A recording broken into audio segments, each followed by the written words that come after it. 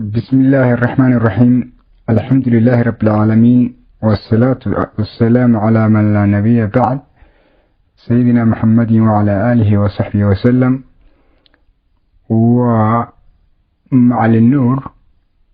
وإذن بلا بدونه بوجيني لبعد سلسلة New Concept English ومجلس ليده Practice and Progress oo Practice and Progresski. dhammaan casharada kooraska afarta buug ee New Concept English oo dooban waxaad ka helaysaa kanaalka Wadsube qaybta playlistiga. haddii aad doonayso afarta buug ee New Concept English oo daabacan ayagoo original ah waxaad ka soo dalban kartaa nambarka kaga muuqda shaashada ayagoo lagugu soo diri doono delivery ama cargo meel aad joogtaba. waa tahay marka buuggeena isaga number 2 ama buugga labaad ee Practice and Progressku wuxuu wax badan ka sheegayaa oo xooga saaraya grammarka from basic to intermediate level, laga bilaabo base-ka ilaa intermediate level-ka ama heer dugsi dhexe oo kale ayuu ka fargaraynayaa. waxa uu ka sheekeynayaa masalan macnaha tenses-ka oo dhammaantood macnaha waxa tense Ingiriisku leeyahay waxoogaa uu tafaasiil ka bixinayo. waxa uu sheegayaa oo kale sentences-ka ama noocyada weedhaha ee kala duwan ayuu xusayaa. waxa kale oo xusayaa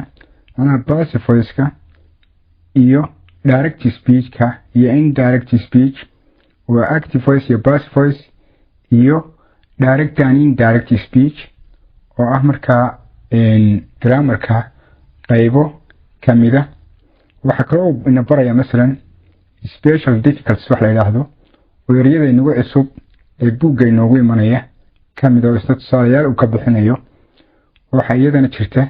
oo uu xooga saaraya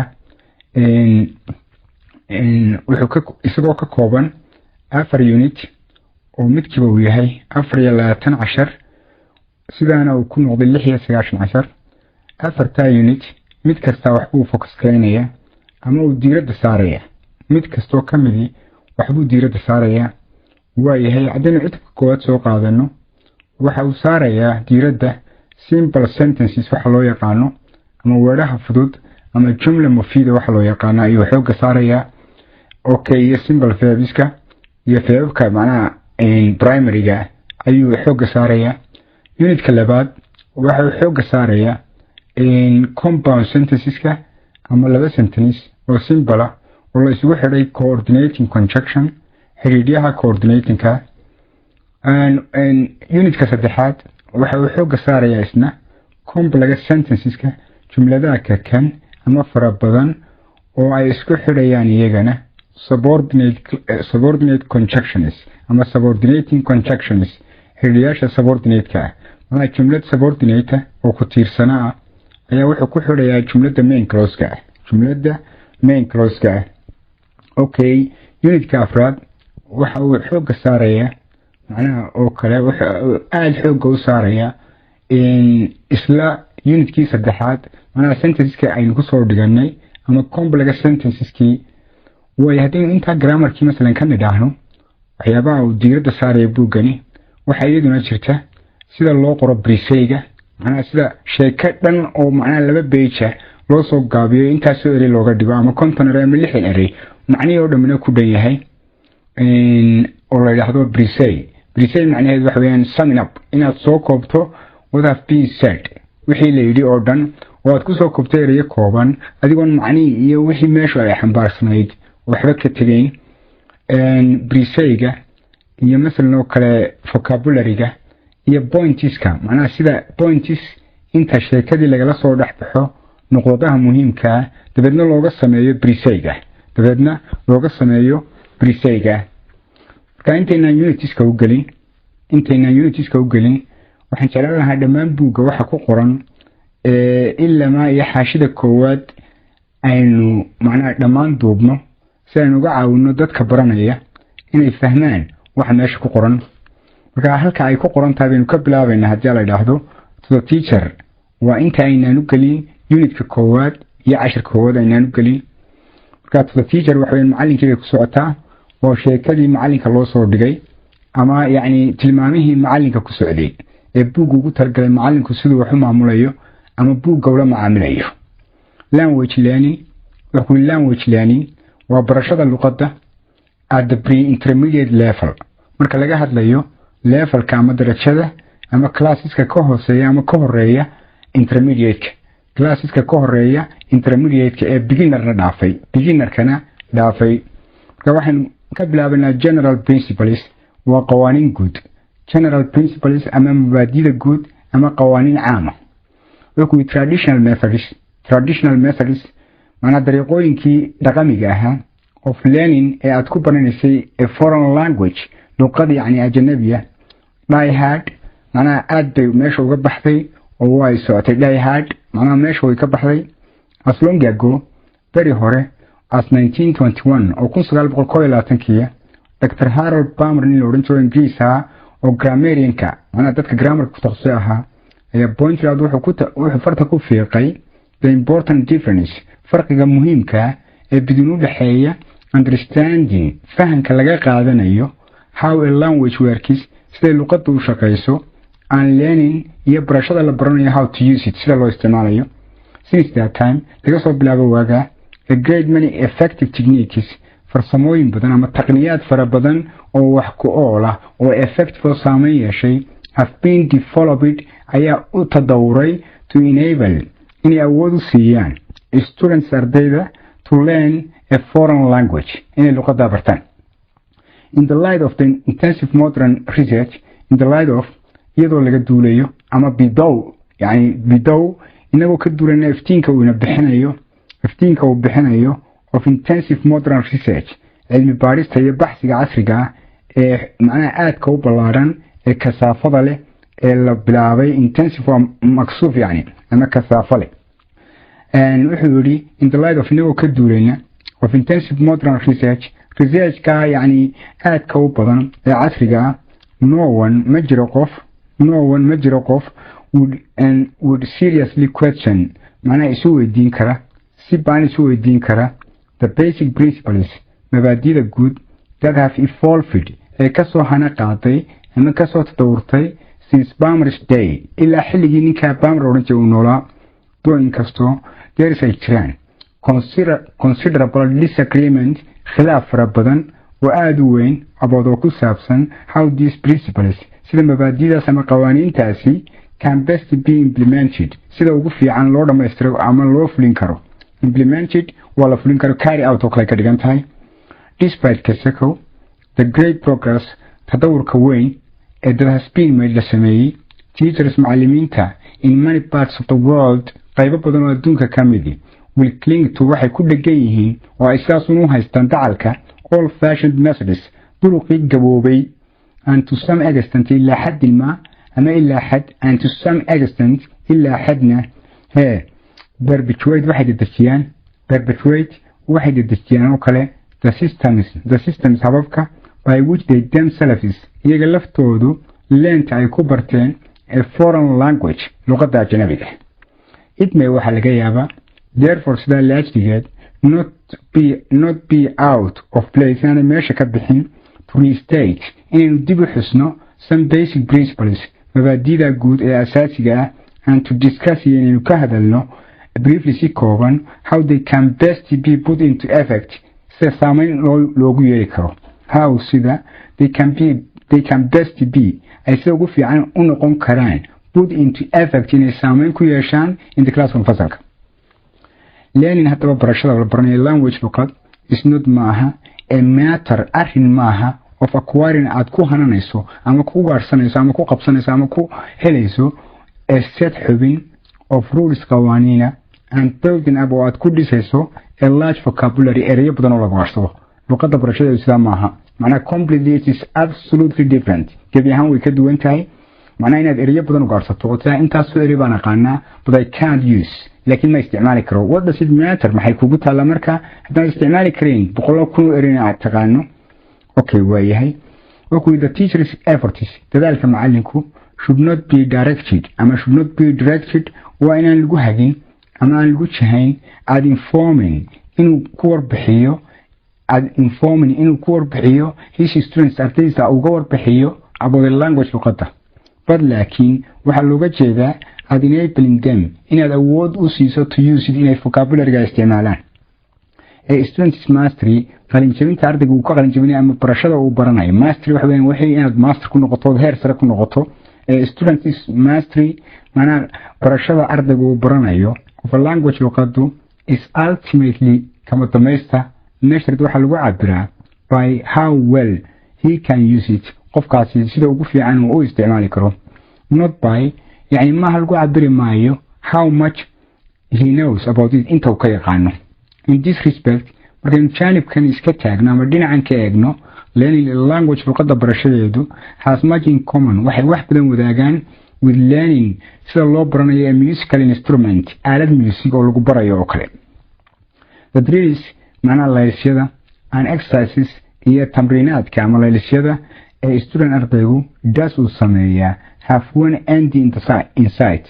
dhinac bay macnaha aragti ahaan ka leeyihin have one end waxay leeyihin dacal qura insight dhinaca aragtida dhinacaas waa maxay to enable him ardayga inaad awood u siiso to become inuu noqdo a skilled performer macnaha gute ama sameeye xirfad leh a student ardayga who has learned bartay a lot of grammar naxwo fara badan but who cannot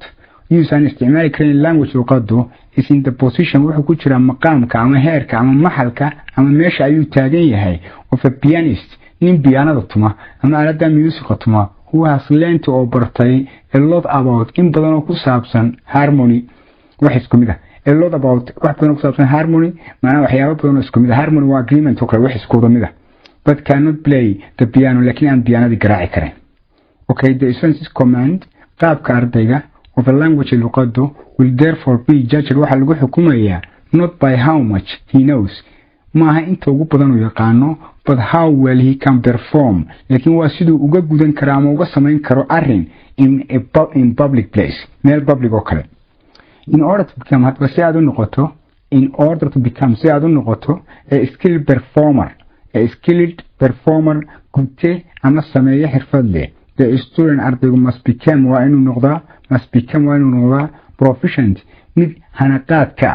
hanaqaadka proficient oo isku filan at using inuu isticmaalo the units xubnaha of a language luqada and the unit of a language is not unit kind ka hadlayna luqaduna maaha as was one is commonly supposed sidii bariya qaarkood la qabi jiray the word ereyga but laakiin the sentence oo jumlada haddaad boqol erey taqaano oo aanad isticmaali karin one word ama sentence kula samayn karin it doesn't matter macna kuma samaynayso okay learning words macnaha ereyada barashadoodu irrespective aan xiriirka la lahayn of their function macnaha shaqada ay qabanayaan can be waxay noqon kartaa a waste of time waqti lumis for not all words are equal for maxaa yeelay not all words ereyadoo dhan maaha qaar are equal isku mid ah we must draw waa inaynu saarnaa distinction macnaha caddayn ama farqiyaad caddaana oo bidin u dhexeeya structural words ereyada qaab dhismeedka ah and lexical items iyo waxyaabaha luqad ahaan asalka u ah ama yani literally ama lexical items ashyaada ama ereyada luqawiga lexical waa luqawiga ah structural waa qaab dhismeedka words like I مثلا ereyada I iyo you iyo he etc iyo wixii la midi are structural waa kuwii wax lagu dhisayay okay their use isticmaalkoodu can be closely defined si yaroo isku dhow baa loo qeexi karaa they are part of a grammatical system oo nooc ka mida ama qayb ka mida qaabka grammarka u shaqeeyo words like tree ereyada tree iyo plant oo ah beeristii flower oo u bixiya etc wixii la midi are purely gabi ahaan lexical items waa ereyo luqadeed marka lexical items waxa weyn macnaha ereyada aan grammarka ahayn laakiin luqad ahaan okay and in no way sinaba part of a grammatical system ma soo galayaan qaybaha grammatical systemka from the learner's point of view inagoo ka duulayna nadariyada qofka ardayga qabo ama bartuhu uu qabo skill xirfada in handling structural words aad u maamulayso structural words ereyada dhismaha ama tarkiibta la isu saarayo istakii ayaa noqonaya furaha to mastering inaad ka qalin jabiso oo guul ka gaadho ee language luqada to mastering waa to obtaining oo kale for maxaa yeelay the meaning macnaha that is conveyed macnaha lagu gaadhsiiyo qofka in sentence patterns naamuunadaha ama qaab dhismeedyada sentenceska depends largely wuxuu in badan ku tiirsan yahay on the function hawsha of the structural words ereyada structuralka ah that hold them together oo isku haya it is possible waxa suurtagala though inkastoo this has yet to be proved scientifically tan ay tahay in cilmi ahaan loo qeexo marka hore though inkastoo this has yet to be ay tahay mar dambe in proved loo qeexo ama loo cadeeyo scientifically si cilmiyeysan it is possible waxa suurtagala that every student in arday kasta of a foreign language oo luqada ajnabi baranaya has what might be called uu yaqaano ama leeyahay waxa loogu yeeri karo language ceiling maana siliga luqada maxaa looga jeedaa waa a point waa noqdada beyond which he cannot improve very much beyond which taanu markaa he cannot improve maana ku hagaajin karin oo maana qaflad baa ka haysto waa qaflad oo kale beyond which he cannot improve taas waa aanu hagaajin karin ama horumarin karin very much aad iyo aad if we accept haddaynu aqbalno this supposition fikradda noocana ama ikhtiraaxa noocana ama ra'isoo jeedinta noocana our aim ujeedadeenu must be waxay noqonaysaa to enable every student in arday kasta karsiino ama awood u siino to learn inuu barto as much inta u badane as he is capable oo awood u yeelan karo of learning inuu u barto in the most efficient way dariiqa ugu habboon ee ugu kaafiga badan ama kifaayada ah the old fashioned tradition translation the old fashioned translation translationkii old fashionka ah ama turjumaadii ardayga afkiisa loogu turjumi jiray ee old fashionka ahayd and grammar rule methods iyo dariiqooyinka xeerka grammarku are extremely wasteful inta badan waxay ardayga ka lumiyaan waqtiga and inefficient waana qaran kaafi ahayn oo aan qofka deeqayn for maxaa yeelay the student ardaygu is actually xaqiiqatan encouraged waxa lagu dhiirigeliyaa to make mistakes inuu qaladaad sameeyo okay he is asked waxa laga dalbaa to perform inuu ku sameeyo skills xirfado before he is adequately prepared isagoon si ku filan u diyaargaroobin teachers macallimiinta who use isticmaalo such methods maana dariiqooyinka noocaasi translationka unwittingly maana si aan maskiix ku jirin create waxay abuuraan oo ay ku abuuraan ardayga maxay ku abuuraan buuri create waxay ku abuuraan problems maana mashaakil they seek to avoid ay isku dayeen iyagoo ay raadinayeen inay joojiyaan at some point meelaha qaarkood in the chorus oo chorus ka mid ah their students ardaydu ineffectively si aanay ka baaqan karin become waxay noqdaan incapable of going on inay sii socdaan qaar aan awood u lahayn of going on inay socdaan they have to go back inay dib u noqdaan bay ku qasbayso markaas they have become waxay noqdeen remedial students arday remedy u baahan ama kaabis u baahan remedial students arday kaabis u baahan dawada la yiraahdo remedial students arday u baahan macna kaabisun and the teacher macallinkana is faced with waxa soo wajaha the problem mushkilada of remedying ay tahay inuu daweeyo what has been incorrectly learned wixii sida qaldan loogu dhigay ardayda ay u barteen no approach could be more ineffective ma jiro macna janib ama dhinac no approach ma jira dhinac could be noqon kara more ineffective mid ka bila saamaysan wasteful ka waqti lumin badan and inefficient oo bila saamayna ama bila aan ina walba buuxin ka daboolay ardayga inefficient waxaan ina walba ka daboolay ayaa la oranaya the student should be trained waa in lagu tababaraa to learn inuu barto by making inuu sameeyo as few mistakes maana qaladaadka ugu yar as possible inta suurtagalka ah he should be required waa in looga baahdaa to do anything inuu sameeyo shay kasta which is beyond his capacity oo ka fog ama ka durugsan capacity ama baaxadda ama awoodda uu leeyahay a well designed chorus-ka sida fiican loo qaabeeyey is one waa midka which takes into account meesha ku daraya what might be called waxa loo bixin karo ama loogu yeedhi karo the student's state of readiness xaaladda ardayga of readiness ee diyaargarowga ee diyaarnimada the point waa noqdada where he can proceed uu hore uga socon karo from easy isagoo ka bilaabaya mid fudud to difficult ilaa halka adag if the student haddii ardaygu is ay tahay to make inuu sameeyo the most of his abilities kartidiisa inta ugu badan he must be trained waa in lagu tababaraa to adopt inuu isticmaalo correct learning habits caadooyinka saxda ee barashada waayahay course-ka hadda what has to be learned maxay tahay in lagu barto the student ardaygu must be trained waa in loo tababaraa adequately si kaafi ah in all 4 basic language skills afarta xirfadood ee luqadda u asaaska macnaha maxaa ka mid ah understanding fahanka ardaygu haddana waxba fahansaneenba he cannot learn speaking oo kalabaado waa inuu yaqaana reading oo akhriskiya and writing iyo qoraalka ugu dambeeya in many classroom courses koorasyo badan oo lagu qaato classroomyada ama fasalada the emphasis xooga is wholly on inta badan waxaa la saaraa the written language luqadda la qorayo the student ardayga student waxaa lagu tababarayaa to use inuu isticmaalo his eyes indihiisa instead of his ears halkii uu dhagaa ka isticmaali lahaa marka listeningka ayaa ugu muhiimsan oo lahjadaad ku fahmaysa and his inability kartidaradiisa to achieve inuu gaadho ay tahay anything like correct pronunciation anything like waxii la mid ah correct pronunciation dhawaaqa saxda ah stress shadka halka la saarayo and intonation codka marna la dalacayo marna kor loo qaaday ilaa macnay samaynaysaa must be attributes waxa loo nisbaynaya wuxuu ku markaas okay like correct pronunciation mana dhawaaqa saxda ah stress shadka halka la saarayo and intonation iyo laxanka lagu luuqaynayo must be attributed waxa loo nisbaynaya largely inta badan to the tyranny of the printed word mana dulmiga ama jawrka ay samayso ama yani xumaanta tyranny waxa la yiraahdaa horta marka hore luqa ahaan waxa la yiraahdaa yani qofka jaa'irka ama yani jawrka ayaa la yiraahdaa ama dulmiga ayaa la yiraahdaa tyranny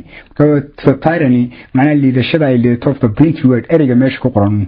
if the teacher hadii macalinku is to train ku tababarayo his students ardaydiisa to all 4 skills afarta xirfadood he must make waa inuu sameeyaa efficient use isticmaal wax ku ool ah oo kaafiya of the time waqtiga at his disposal casharka sii deynayo disposal uu sii deynayo efficiency macnaha isku filnaanshaha aada luqadda ka gaadha presupposes waxay afeef u tahay the adoption isticmaalka of classroom procedures qaab sharciyeedka class which will yield oo dhali doona ama soo saari doona the best results nataa'ijka ugu fiican ku soo saari doona in the quickest possible time xilliga ugu dhaqsaha badan ee suurtagalka ah the following order tartiibta soo socota of presentation ee qofku u jeedinaya macnaha hadalka ama fasalka oo kale must be taken waa in loo qaataa as axiomatic mid la rumaysto taken for granted la rumaysto axiomatic waxa weyn macnaha waa sida loo qaato waa dogmatic oo kale dogmatic iyo axiomatic waa isku mid nothing should be spoken eriga waa inaan lagu hadal before it has been heard korintaan maqal nothing should be read waxba inaan la akhriyin before it has been spoken korintaan lagu hadlin nothing should be written waxba inaan la qorin before it has been read korintaan la akhriyin marka markasta listeningka iyo readingka ayaa the best yeah. Speaking and writing are the most important of these skills ayaa labada ugu muhiimsan speaking hadalka and writing iyo qoraalka ayaa noqonaya the most important of these skills labada ugu muhiimsan macnaha skillska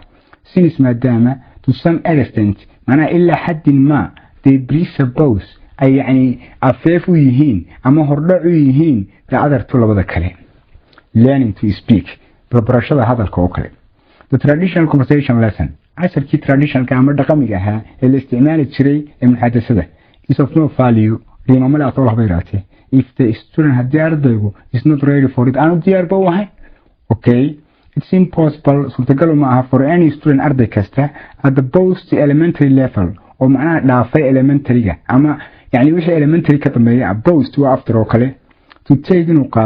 take part inuu qayb ka qaato in discussions wada hadalka on topics like mawaadiicda ay ka mid yihiin the cinema today cinemooga maanta for maxaa yeelay his ideas fikradihiisu quite outstrip his capacity waxay ka baxsan quite gabi ahaanba outstrip waxay ka baxsan his capacity awoodda uu leeyahay for expressing them cabiraadooda the student ardaygu must first be trained ugu horreyn waa in la baraa to use inuu isticmaalo patterns naamuunadaha ama qaab dhismeedka weedha in carefully graded oral drills iyadoo la siinayo laylisyo oral ama afka oo darajadoodu ay kala sareyso graded tadriiji only in this way kaliya habkan ayaa will be finally noqon kara ugu dambeynta learn to speak inaad barato hadalkii before considering hadaba korintaynan macnaha tixgelin how this can be done hawshan sida loo qaban karo it should be noted waanaad maanka ku haysa ama aad firo yeelataa the pattern in naamunada luqadu is a language fall ay tahay macnaha luqadiioo fall into u dhacday two distinct categories laba caynadood oo iska cadaana progressive and static progressive waa tii tadawurka sameynaysay and static iyo tii macnaha meelun xaalku taagan yahay static for instance مثلا learning how to answer barashada sida loo jawaabo and to ask questions iyo sida su'aalaha dadka loo weydiiyaa involves waxay ku leedahay the use isticmaalka of progressive patterns macnaha qaybaha ama naamunadaha tadawurka they are progressive waa qaar tadawur sameynaya because maxaa wacay the student is skill ardayga macnaha xirfadiisa in handle macnaha uu ku maamulayo these complex forms hababkan kan must be developed waa in tadawur lagu sameeyaa of a long period muddo dheer begin with iyadoo lagu bilaabayo a simple response like macnaha jawaabo yaro basiida like sida yes it is oo kale and culminating oo macnaha lagu dhammaystirayo ama fikta lagu gaarsiinayo in complex responses jawaabaha kan like sida yes I should ama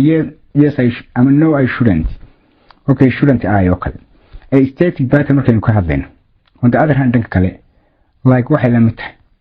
like the comparison of adjectives sida masalan miisaanka ama muqaaranada lagu sameeyo macnaha sifooyinka oo kale can be taught waxa lagu baran karaa in a limited number of lessons tiro go'an macnaha 10 in a limited number tiro maxduuda of lessons oo 10 not of one ka badnayn a long period progressive patterns hadaba kuwa masalan horumarka ama tadawurka should be practiced waa in macnaha lagu tijaabiyaa lagu practice gareeyaa through comprehension exercises laylisada comprehension ama fahamka which require u baahan the student ardaygu to answer inuu ka jawaabo and to ask questions ama su'aalo qof weydiiyo which become noqon kara increasingly complex qaar aad u adag as the course proceeds markuu course-ku hore u sii socdaba the student ardaygu should be trained waa in lagu tababaraa to give tag answers in jawaabo gaagaaban bixiyo tag answers waxa la jawaabo gaagaaban meegu sameeyay negative diidmada and affirmative statements iyo weeraha affirmative ijaabiga to answer si ugu jawaabo double questions mana laba su'aalood oo joined la isku xidhay or answer general questions which begin with question words wuxuu answer general questions which begin with question wuxuu answer ka jawaab general questions su'aalaha caamka which begin ee ku bilaabmaya question words su'aaleedka question words su'aaleedka like sida when goorma where halkee how sida etc waxlamida and at each stage marxalad kastana the student ardayga should be trained waa in lagu tababaraa to ask questions himself inuu isagu su'aalo isweydiiyo it is obvious waxa iska cadaana that these skills in xirfadahaasi cannot be dealt with aan loo macaamili karin ama aan lagu dhaqmi karin ama aan lala dhilgarayn karin oo laga hadli karin in one or two lessons hal ama laba cashar the student ardaygu requires wuxuu baahan practice tijaabo inuu ku celceliyo waxa of this kind noocan in every lesson cashar kastaba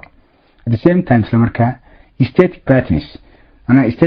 ama muunadaha static ama xaaliga should be practiced waa in lagu tijaabiyaa by means of drills weelasada kooban which make use of oo looga faa'iideeyo language laboratory techniques farsamooyinka macna lagu sameeyo language laboratory ama shaybaadhka luqadda in each of these drills mid kastoo ka mid ah drills ka malashada the teacher macalinku si wuxuu raadinaya to elicit inuu faahfaahiyo a particular kind nooc gaara of response oo jawaab he provides wuxuu siinaya the student ardayga with a stimulus wax dareenkiisa kiciya to elicit sumcana faahfaahin uga bixiyo the new pattern naamunada cusub ama qaab dhismeedka cusub in a series taxane of oral drills laylis afka until lama the student ardaygu is able karo to respond inuu uga jawaabo accurately si saxa and automatically oo dhab ah. Students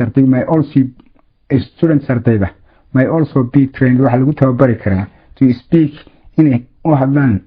iyadoo loo marayo oral composition exercises weelisada curuska ah ama curunta oralka ah. Weerarkaas oo require looga baahan yahay to reproduce inay dib u abuuraan orally si afa inay u abuuraan oo shafawiya passage qadacdi of English luqadda Ingiriisiga oo they are familiar with ay ku canbaxeen ama mesela oo kale aad u yaqaanin familiar u ah. At the outset sideenta luqadda ama sentenceada at the outset mana sideenta ama fasaxada uu fasaxayo hadalka the student should practice waa inuu tijaabiyaa reproducing macnaha inuu dib u soo saaro narrative and descriptive pieces. Narrative sheekooyinka la soo wariyay and descriptive pieces iyo kuwa macnaha aad qori karto ee wax tafsiiraya ama yani sharaxaad bixinaya. Okay waayahay.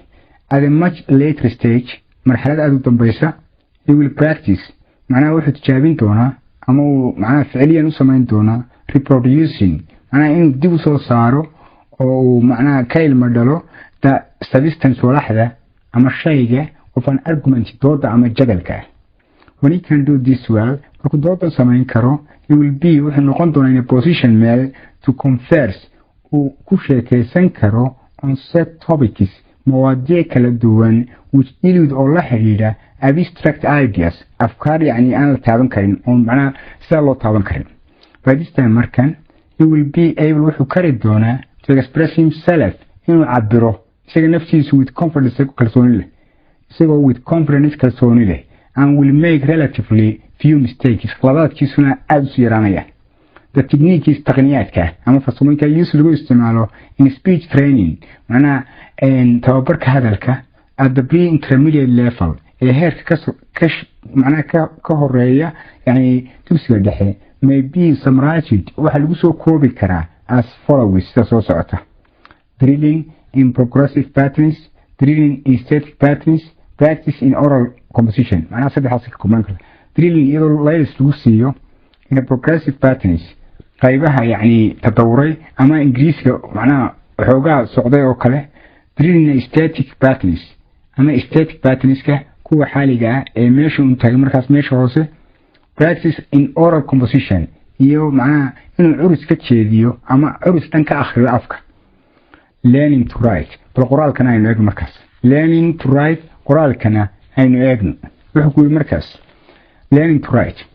and the same sort of careful grading. wuxuu yiri learning to write waa barashada qoraalka wuxuu ku yiri the same sort of careful grading macnaha darajayn laga fiirsaday oo noocyo isku mid ah ayaa isku war loo baahan yahay. we attempt markaan isku dayno to teach students in ardayda barno to write inay wax qoraan.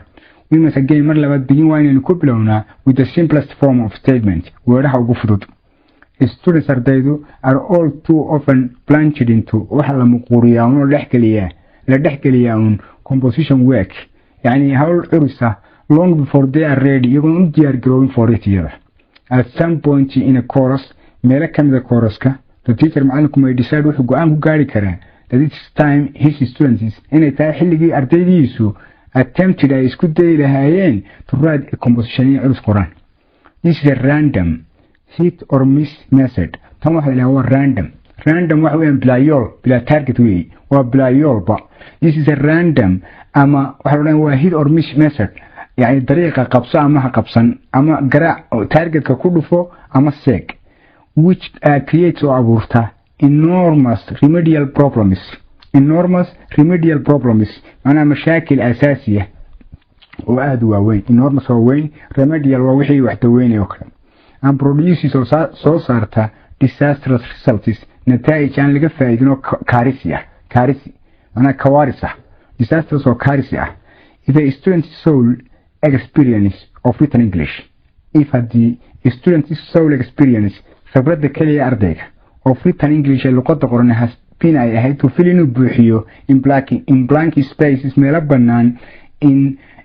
tailor-made sentences oo ah jumlada aadka u dhaadheer ee dawaardu sameeyo kale. It is wildly unreasonable gabi ahaan waa غير معقول to spring inaad ku boodo a composition subject mawduuca curuska on him guudkiisa and then the next expect inaad ka rajayso to produce inuu soo dhaliyo ama abuuro correct and readable prose macnaha brochure ama tixyar oo masalan oo kale la akhriyi karo ama la fahmi karo as with premature discussions masalan markaynu ka hadlayno premature discussions falanqooyinka aan qaangaadhka ahayn in on set topics macnaha topicyada sida loo dejiyey all we are doing waxaynu samaynaa waxay noqonaysaa is to encourage inaynu ku dhiirigelino to make mistakes inuu qalada sameeyo and it's no good macnaha faa'iidana kuma jirto hob inaad ka fisho that after a few years of this sanado yar kadib involving massive correction on the part of the teacher or involving weliba ku lug leh massive correction macnaha sixitaan aada u badan on the part of the teacher oo qaybta macalinka ah the student they will somehow soon improve on his own tadawur u samayn karaa waa hagaajin karaa luqadiisa very few students arday aad u tirayer are sufficiently conscientious ayaa ku dadaala oo dadaal badan or highly motivated ama yacni dardargelintoodu sarreysa to examine marka tijaabo ka qaadayaan in detail si faahfaahsan their own correct written work hawsha qoran ama ay qoreen ee saxda ah okay way even if they did hadday xitaa sidaas sameeyaan there is waxaa jira absolutely no guarantee damaanadi ma jirto no guarantee ma jirto damaanad that they will not go on making the same mistakes inay qaladaad kusoo noqonayaan writing skill mana xirfadda qoraalku can best be developed waxaa lagu tadawurin karaa through carefully controlled and graded comprehension pre-say exercises waxaa lagu tadawurin karaa through iyadoo loo marayo carefully controlled mid si degan loo maamulay and grade loo darajeeyay comprehension macnaha fahmitaanka ama pre-say exercise laylisyada pre-sayga ama soo koobistoo kale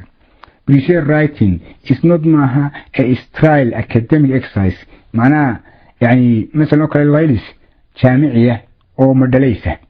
useful only oo faa'iido u leh for examination purposes ujeedooyinka imtixaanka loo qaadayo it can be used waxa loo isticmaali karaa effectively si wax ku ool ah to develop si kor loogu qaado a student's writing ability kartida qoraalka ardayga at the pre-intermediate stage marxaladda ka horeysa macnaha mutawassidka waxa leeyahay icdaadiga the student ardaygu masleen waa inuu bartaa how to write sida loo qoro simple compound complex sentences weedhaha simbalka ama lamaanaha ama kakan and to connect iyo inuu xidhiidhiyo ideas fikradda from notes isagoo soo qaadanaya noteskiiu ka qortay casharka controlled pre-say writing macnaha qoraalka pre-sayga ama summary-ga maamulan will enable waxa uu awood u siin doonaa the student ardayga to master inuu qalinjabiyo ama uu si fiican u barto each of these difficulties dhibaatooyinkan kastoo ka mid ah and bring him oo ay u keento to point inuu tilmaamo where he will be capable halka uu ku awoodi doono of writing qoraalka a composition curus with a minimum of error isagoo qaladka ugu yargelaya the main stages haddaba yani maraaxilka ugu muhiimsan in training xagga macnaha trainingka the student in the written language marka ardayga laga hadlayo luqadda qoraalka at the pre-intermediate level ee ka horeysa macnaha icdaadiga may be summarized waxa lagu soo koobi karaa as follows sida soo socota maxaa lagu soo koobi karaa markaas waxa lagu soo koobaya practicing writing simple sentences through controlled comprehension ama pre-say exercises inaad yani practice ku samayso in writing qoraalka aad qorayso simple sentences weedhaha fudud through adoo maraya controlled comprehension macnaha fahmitaan maamulan ama pre-say exercises laylisyo yani pre-say soo koobisa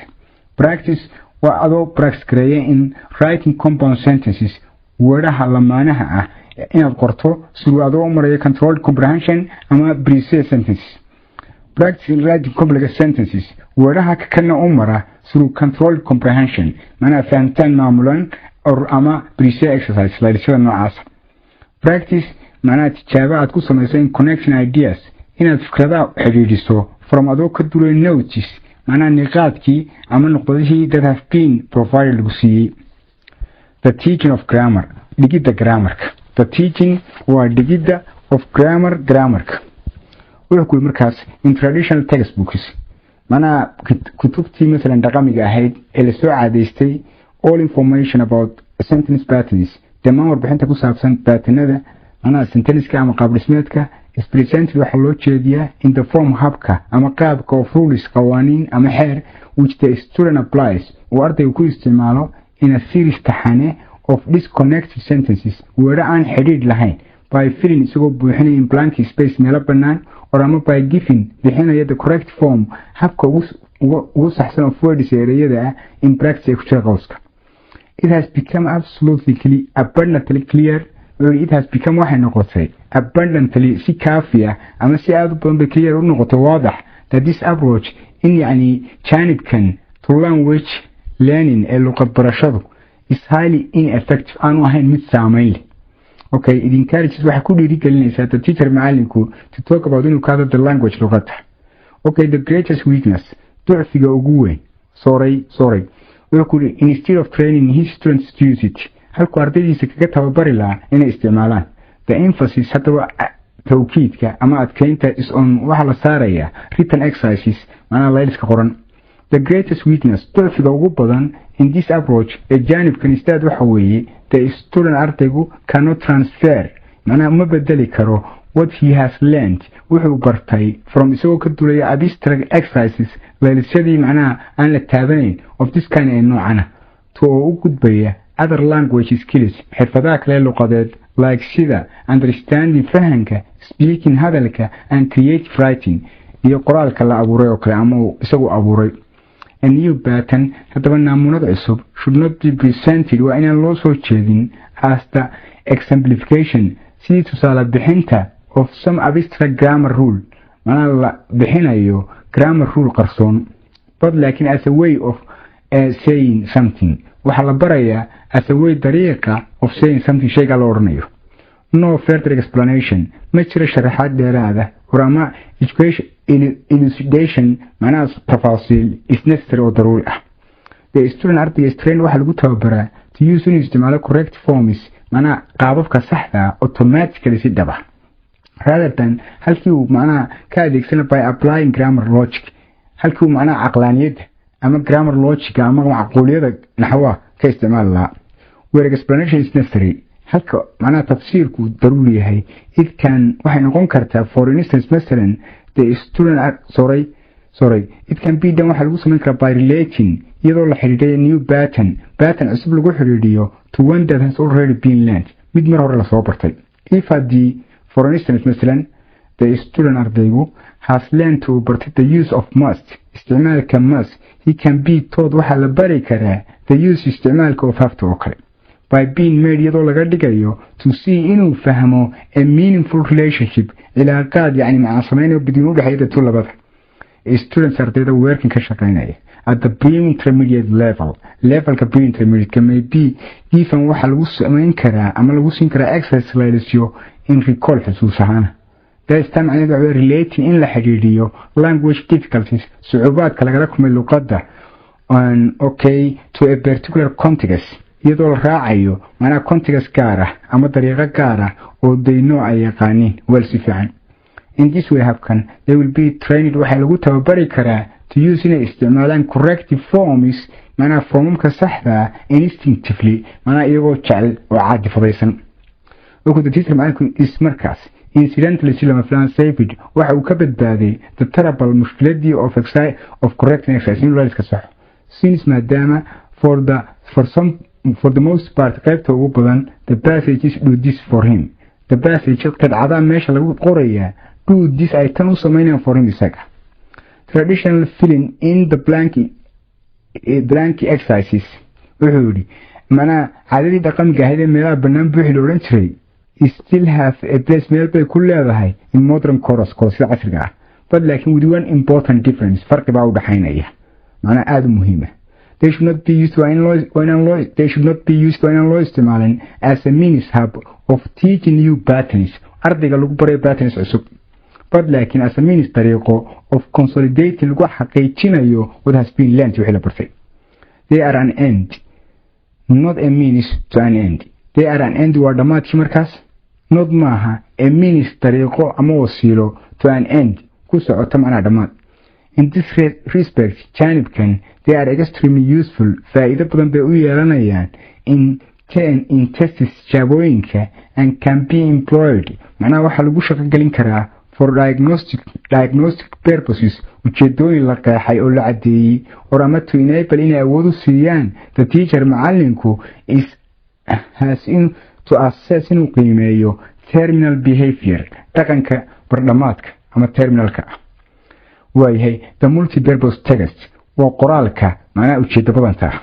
In order to do si aynu samayno all the exercises dhammaan laysyada outlined above xagga hore lagu faahfaahiyey ama xagga sare lagu sheegay, the student ardaygu must work waa inuu howlgalaa from isagoo ka bilaabaya especially written texts, macnaha qoraalada sida gaarkaa loogu sameeyey. Each text qoraal kastana must be used waa in loo isticmaalaa to train inuu ku tababaro the student ardayga in the following skills xirfadaha soo socda: oral comprehension, macnaha layliska afka ah; oral practice, afka inuu wax ka sameeyo oo isagoo labadaba isticmaalaya progressive and static patterns, muunadii bidaa'iga ahayd iyo tii macnaha tadawurka. Reading aloud, kor ereyga u odhanaya; oral composition, curus afka ka jeedinaya; dictation yeedhis; control comprehension, isagoo qaadanaya macnaha comprehension macnaha habaysan oo maamulan; preset summary and composition practice, iyo macnaha tijaabinta curuska oo weliba uu tijaabinayo simple, compound and complex sentence weeraha noocaas. Written grammar exercises and recall, waxaa kaloo iyaduna wehelisaa written grammar exercises, macnaha layliso grammar oo qoran; in recall oo xusuusto, in recall oo xusuus ahaan uu u bixiyo, waxaas xusuus ahaan uu u bixiyo. waayahay wuxuu ku yidhi markaas we might call these special written passages, waxaynu u bixin karnaa these special written passages fadcadaha sida gaarkaa loo sameeyey multi-purpose tegasyo ujeedo badana, since maadaama they are used loo isticmaalo as the basis asaaska for a variety of exercises badan oo mutanawic ah ama kala duwan, which kuwaasoo ay ujeedadoodu tahay developing in tadawur lagu sameeyo a number of skills xirfadaha simultaneously isku mar ama wadajir simultaneously, oo waxa la oran jiray isleegyada wadajiro kale waxa la oran jiray simultaneous equations. Okay, if these texts haddii qoraaladan are to be suitable ay noqonayaan qaar ku habboon for so many purposes ujeedooyin badan, they must be specially devised, waa in loo ikhtiraacaa si gaar ah. Devised waa invented oo kale.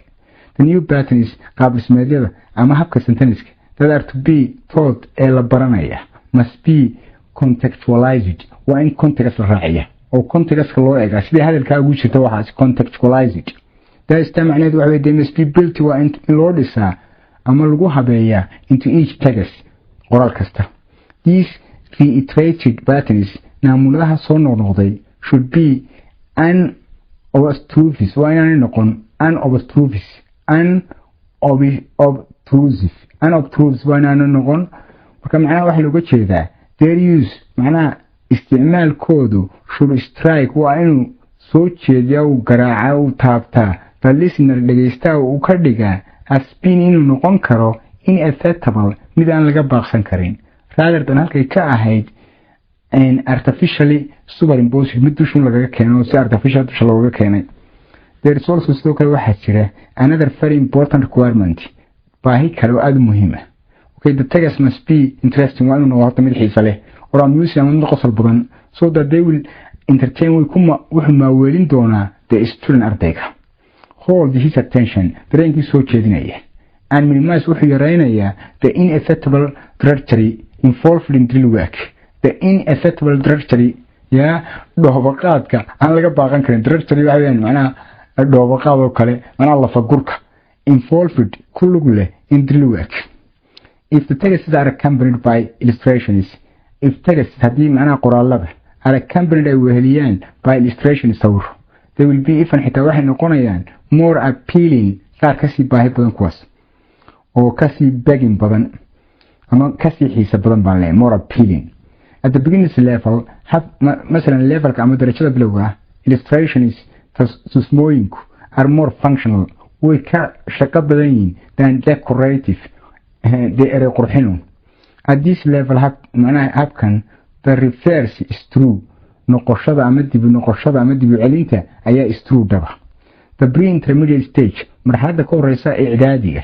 markis waxay astaan u tahay a transition kala guuraad ka guuraysa from audio visual techniques farsamooyinkii maqal iyo muuqaalka ahaa to audio lingual ones adoo u gudbaya kuwii luqad dhageysiga ahaa.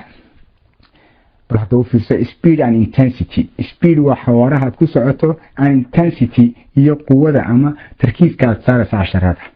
Traditional courses koorsooyinkii dhaqamiga ahaa ama la iska yaqaanay la wada yaqaanay are often divided into waxa loo qaybiyaa lessons casharo. But these lessons laakiin casharadani do not take into account meesha ku dari maayaan what can be done waxa lagu qaban karo in an average teaching period. macnaha xilli farideed celcelisahaan oo 45 minutes oo 45 minutes or an hour ama saacada. They simply consist of waxun bay ka koobnaan karaan an amount taxaddi of information warbixina and may run on waxay socon karaan for a great many pages. macnaha pages aad fara badan. In the classroom markaynu fasalka ku jirno, one of mid kamid these lessons casharadaasi might drag on waxa laga yaabaa inuu jiitamo for weeks muddo because maxaa waay so much has to be done wax badan waa in la qabtaa. A lesson casharka must be precisely waa inuu noqdaa mid si kooban what the word implies. A lesson casharka must be precisely what the word implies. waxa ereygu sheegayo waa in la taabtaa un si kooban.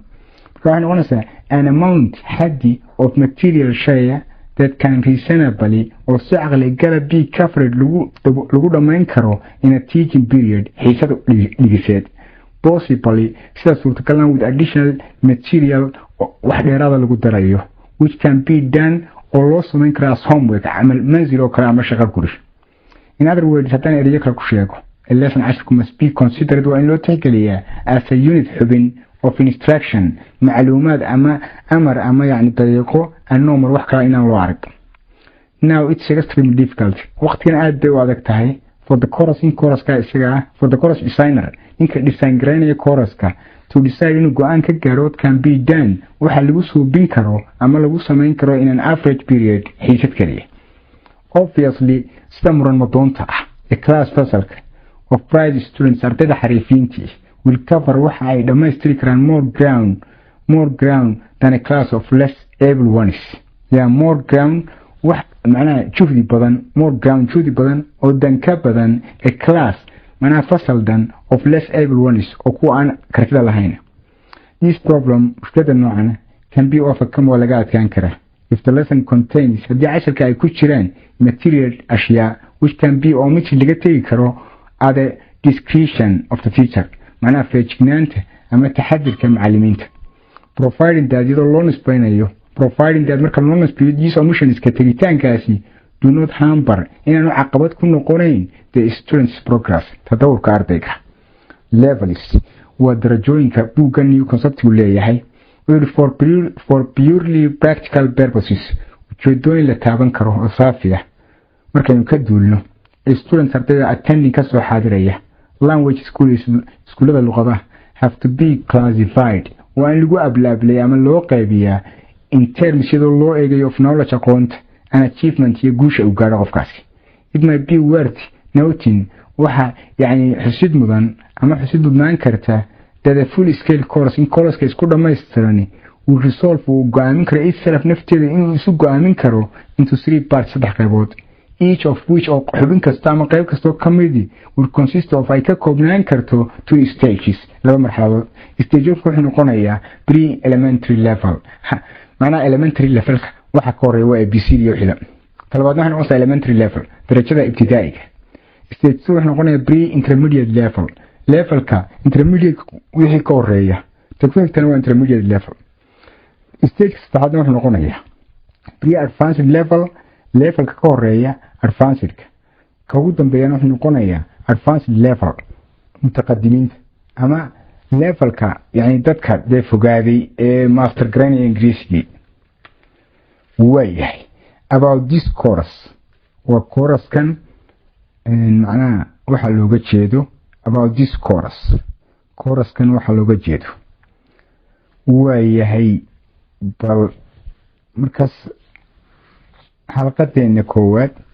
ee buuggeena practice and progresska oo aynaan weli gudagelin casharadeenii bal caawa halkaa inoo joogto. haddii la yidhaaho waxaynu ku dari doonaa xalqadeena soo socota ومعلي النور وإذن الله السلام الله عليكم ورحمة الله وبركاته.